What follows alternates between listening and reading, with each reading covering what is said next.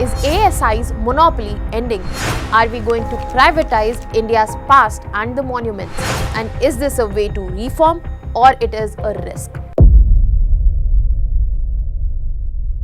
Should the protection of India's civilizational heritage should remain the sole responsibility of state, or maybe private could step in but without compromising the authenticity and also the public interest? Hello everyone, welcome to Vajram and Ravi's Flash News. My name is Shubhangi Singh and today we are going to discuss that how PPP model has come to protect India's heritage, India's civilizational past, and it might be marking the end of monopoly in terms of protection of heritage by Archaeological Survey of India. So let us start with understanding that what has been proposed and what is on the table.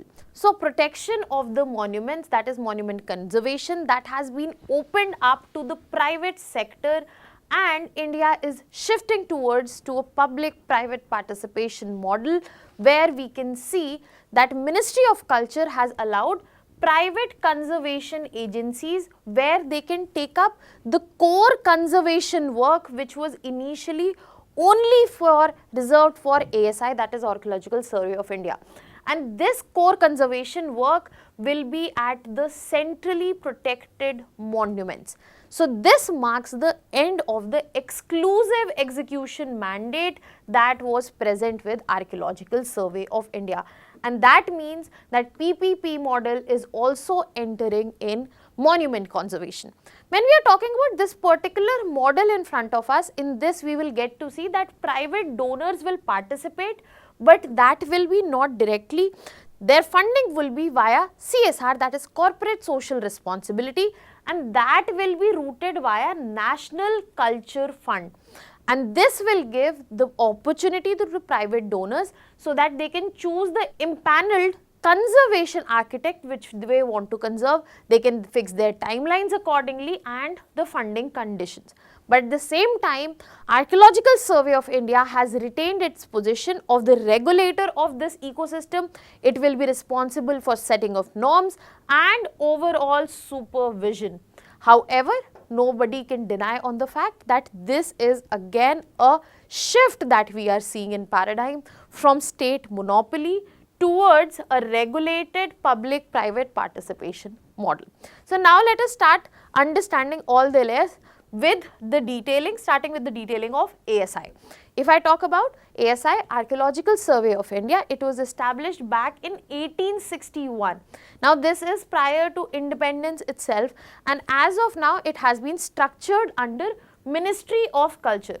It is governed after independence by the Law of Ancient Monuments and Archaeological Sites and Remains Act of 1958, and it is responsible for the protection of more than 3,700 centrally protected monuments, all the archaeological surveys and excavations that takes place, and conservation DPR preparation as well as execution that takes place. Furthermore, ASI is the custodian of conservation ethics where we talk about minimum intervention, reversibility and also material authenticity.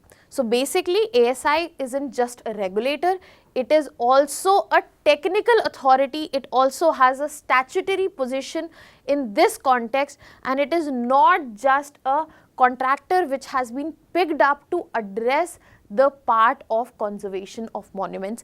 And given its history from 1861, we cannot deny the contribution that Archaeological Survey of India has made to protect India's civilizational heritage.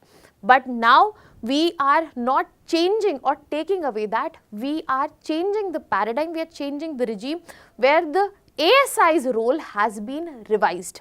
Now why it has been revised? It has been revised because there was need of it because of multiple reasons. So if we talk about the reasons for this reform, the first and primary reason is ASI itself, because ASI was overburdened and there were multiple capacity constraints. So when we are talking about manpower, it was limited in ASI. When we are talking about specialists, again limited, and as compared to the monument volume, when I am speaking only of centrally protected monuments, that was limited. What about the excavations that are taking place? What about the surveys? What about the technical supervision? That was being compromised.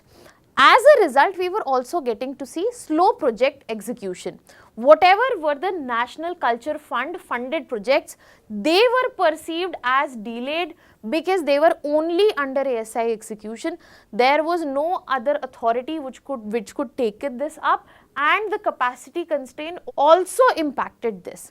Furthermore, when we are talking about corporate social responsibility and the potential it has, especially in terms of contribution to the National Culture Fund.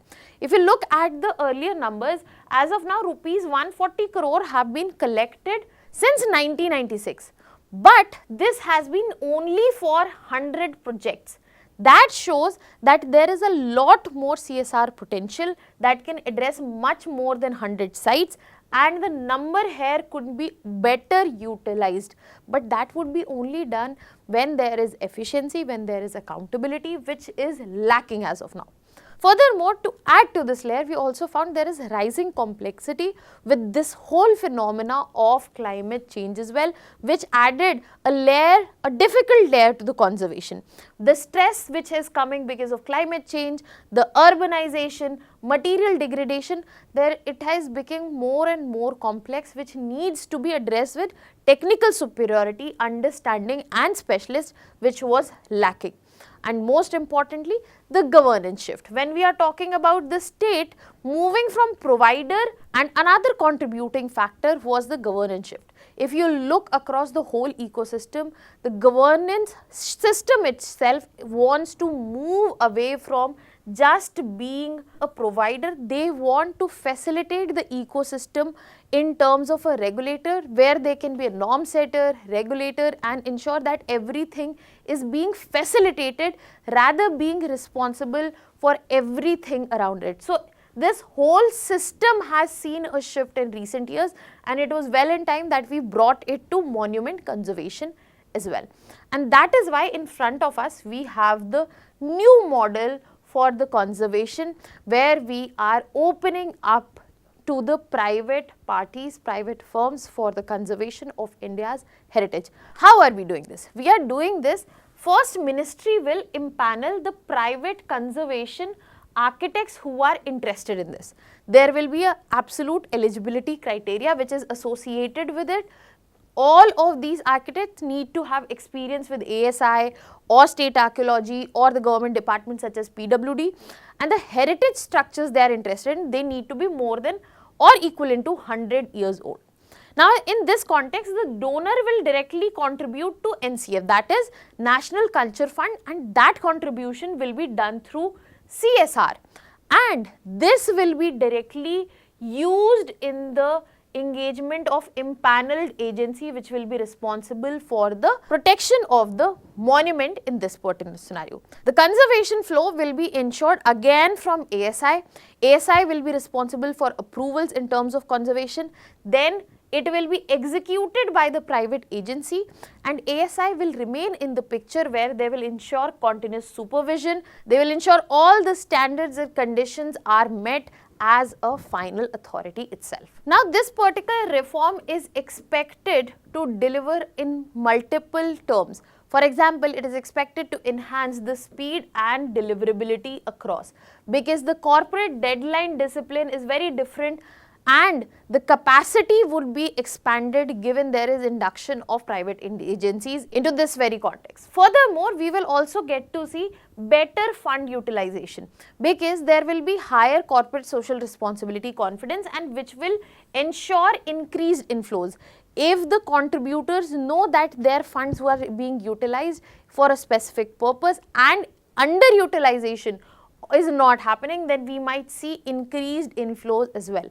With the bringing in of corporates and private agencies, it will also contribute to the technological upgradation, which is very much required in conservation, which has become complex with changing times, as multiple aspects are involved, which we have just discussed. It can bring in non-invasive restoration and material science inputs as well, which will be cost effective, which will be thorough for the conservation, and also ensure timely deliverability.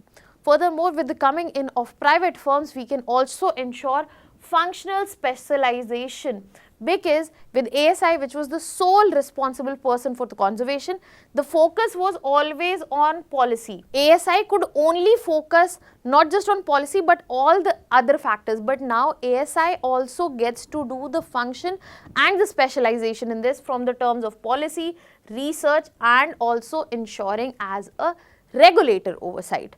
But everything is not only in terms of prospects, there are cons as well. There are certain risks also involved with bringing in private players in monument conservation, such as we will get to see commercialization of heritage. That means there will be a preference for the private players for certain iconic tourist heavy mountains, others will be ignored. There might be ethical dilution which is present. For example, the speed and aesthetics overriding actual authenticity of the heritage that exists in order to maintain the touristy nature. Other than that, when we are talking about ASI as the apex regulator in this, we also might see some accountability gaps because their liability in this case, if there is some error occurs, there is no clarity which has been provided as of now. Furthermore, when we are talking about sites, heritage sites which are present all across in India, we might see regional balance in terms of funding also, and that will replicate in terms of conservation also. So the CSR and the conservation might be concentrated only in metropolitan or the industrial region. And most importantly, there is this risk of institutional hollowing, where ASI might lose all the executional expertise over time, and they might remain only a regulator on the paper, and the execution expertise is gone by the time, where we are expecting huge changes in terms of conservation. Now on this note, we will be moving to understand that why we have brought this in terms of global practices, because if you look at countries such as UK, they have a different churches conservation trust, which is a privately managed setup, but state oversight is present. If we talk about US, there are private foundations which are involved in heritage protection, state oversight and state participation is limited. If you look into Europe, you will find that foundations are responsible for managing heritage buildings, and again, state involvement is limited. But if we look in India, we find that ASI remains a statutory regulator, there is no kind of ownership transfer, and the conservation norms are legally binding. So we get to see that India is moving towards the global parallels, but in a very controlled manner, and we can see that this is a public-private partnership model, but in an extremely controlled manner. Now on this note, I will be asking for your suggestions and way forward in the comment section, and I will be leaving you here with a practice question. You can put the answer to this question in the comment section. I'll be revealing the answer to this question in the upcoming videos. That was all from my side. Thank you so much.